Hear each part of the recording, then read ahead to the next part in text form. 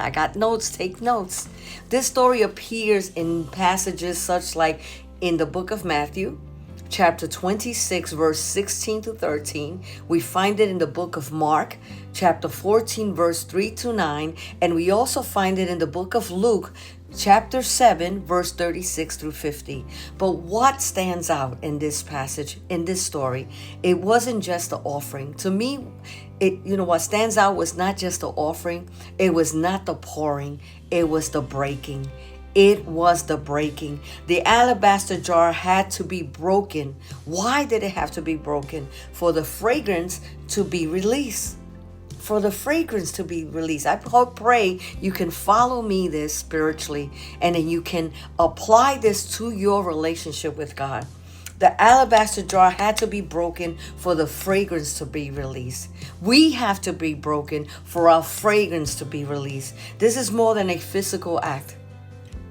It's deeply spiritual, like I told you. It's deeply spiritual. The alabaster represents what we hold precious to us. Follow me. Follow me. Our pride, our reputation, our pain, our hidden sacrifices, even the things that we preserve for the right moment. Probably even our Isaac. That's what the alabaster represents. But in God's presence, there comes a time when He doesn't ask us for something polished.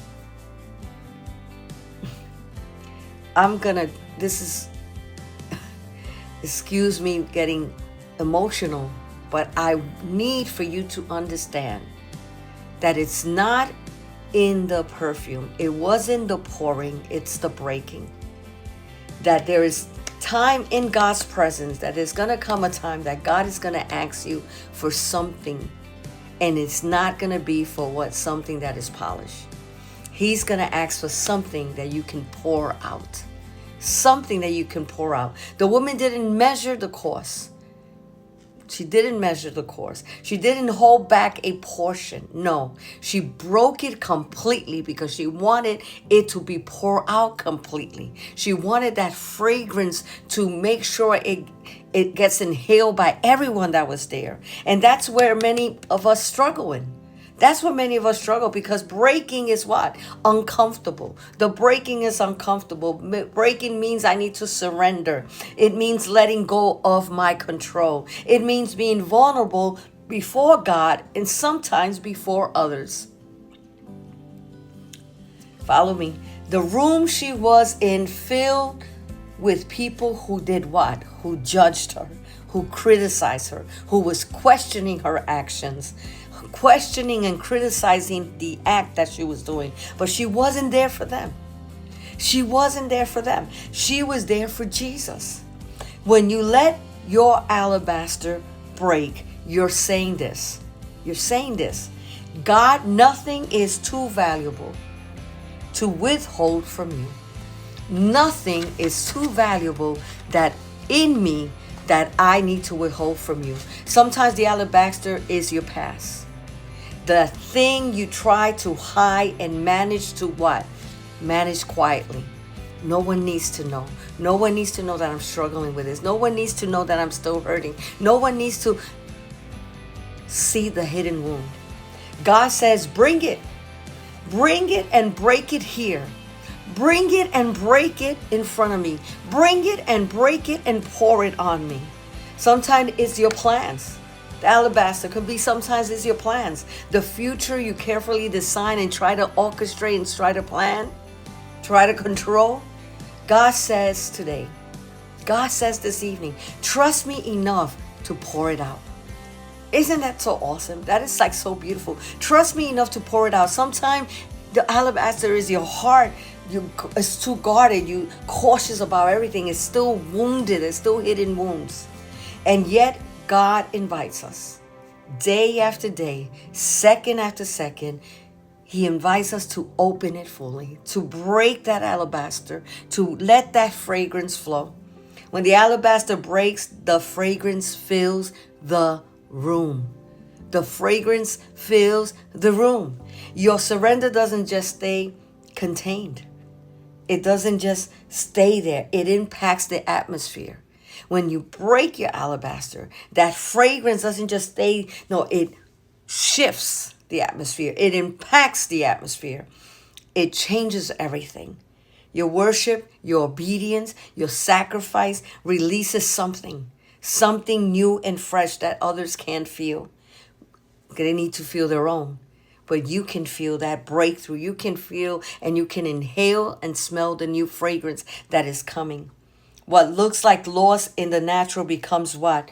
A sweet aroma in the spirit. That's what I was just saying. It becomes a sweet aroma in the spirit. Jesus defended the woman. He did not leave her alone. When the others criticized her, questioning, attacked her, he defended her. He honored her act. And he still does the same today with us. He still honors the heart that what? That holds nothing back. He still honors that. So the question is this. This is what it becomes. What is your alabaster? What is your alabaster box? What are you holding onto that God is asking you for? That God is telling you, break it, release it. Because breakthrough, my friend, breakthrough, my sister, breakthrough often comes after what? After the breaking.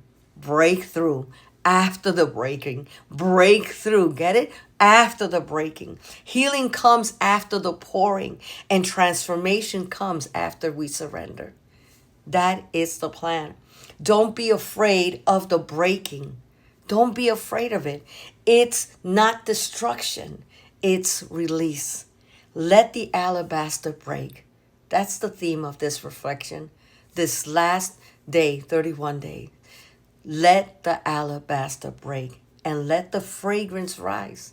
Let your new aroma rise. Let your worship arise. Let your faith arise. Let the alabaster break, because the breakthrough is in the breaking. I pray this blesses you as much as has blessed me. God bless you. To those mothers, I wish you a very happy and blessed Mother's Day.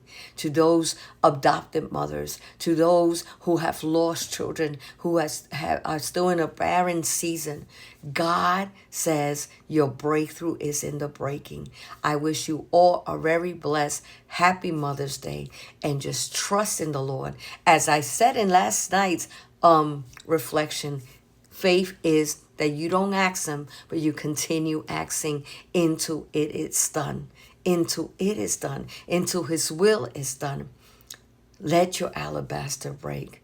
This weekend, with your husbands, with your children, let your alabaster break. Let that aroma of your fragrance just fill that room. But get healing. Get under the wisdom and the knowledge and discernment of God. Let him clear, let him heal those hidden wounds, so they can become unhidden unto his presence. Break that alabaster. Just let that perfume flow, because he's going to purify it, and he's going to turn it into this sweet aroma, so powerful, so beautiful, that it's going to shift the atmosphere. Let the alabaster break. Have a blessed one. God bless you. See you next week.